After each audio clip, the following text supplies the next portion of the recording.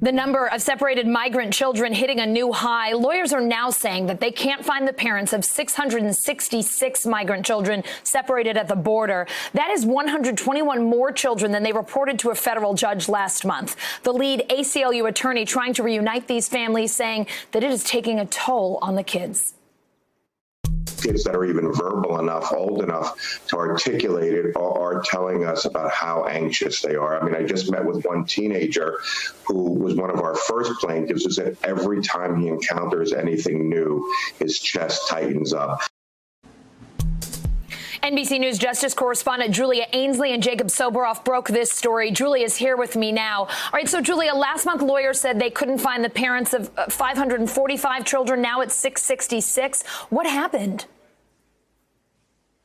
Yeah, I know that's kind of a creepy, scary number, but that number is signifying more children and more parents than we knew of initially, because it's parents who weren't even able to be contacted. Basically, the ACLU, lawyers like Legal Alert and others who are nonprofits who are taking on the task of finding these families because the U.S. government decided that it was too onerous for them to do. They were not given phone numbers or addresses or any contact information for this additional 120 some. So that is in addition to those 545 we talked about last month, where they had tried to make contact and couldn't reach out. They said maybe some of the information had changed. They begged the U.S. government to give more information, anything they could do to track down these families. And then they added on this extra piece. And we know about it because of an internal email that came from these lawyers to lawyers for the Trump administration at the Justice Department, where again they say, we need more information, we need your help. And Allison, I will say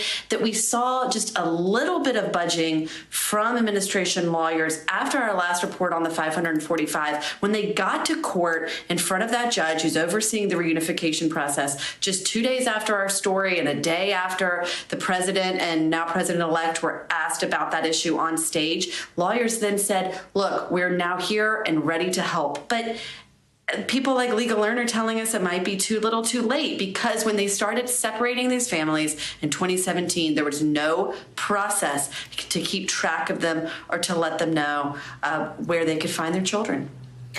Julia, the numbers are just overwhelming. Let's talk about how young these children are and what else you know about how they're doing.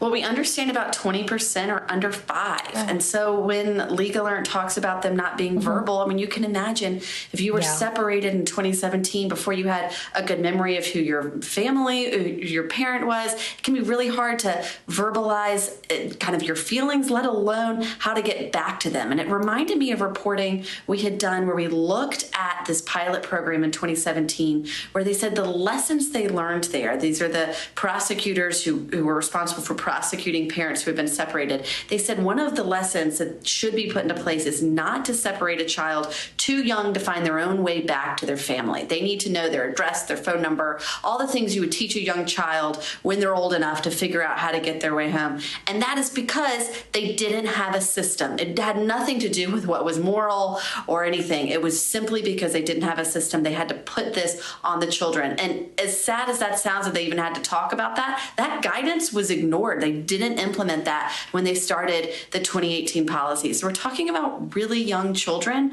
And right now, some of them could be in the foster system. Some of them could be living with relatives in the United States. But what makes it so hard is that a lot of their parents have been deported.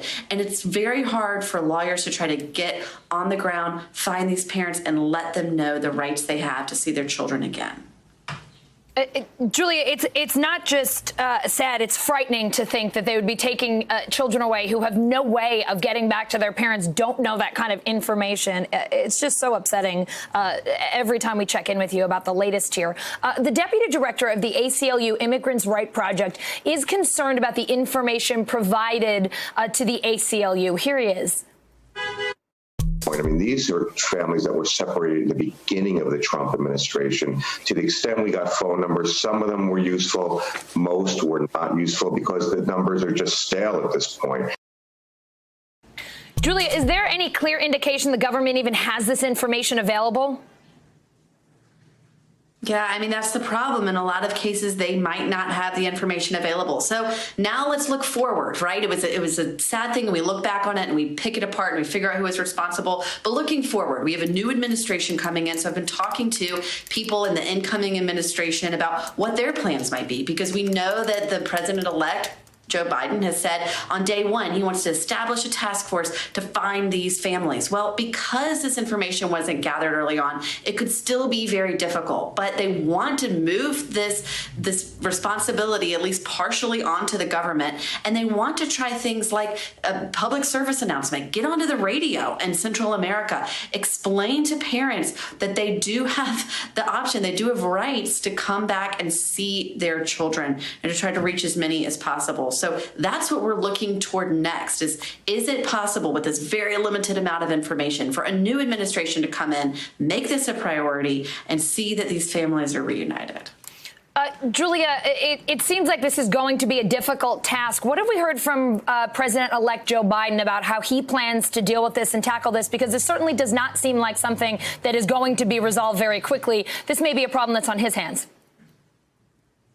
Yeah, and one thing that they have not committed to yet, Allison, and I've been asking for the past 48 hours, as many people in the incoming, whether it'll be the transition to Biden or the campaign, have been asking as many people as I can, are you going to give these parents the options of coming to the United States to reunite with their children? In other words, will they have special protections where they're able to be flown here, see their children, and maybe apply for asylum, again, try to get a protection because of this very extraordinary and extreme thing that happened to them? And so far, we don't have a public commitment from the incoming administration. We know it's a tough task, and we'll be watching to see what they do next.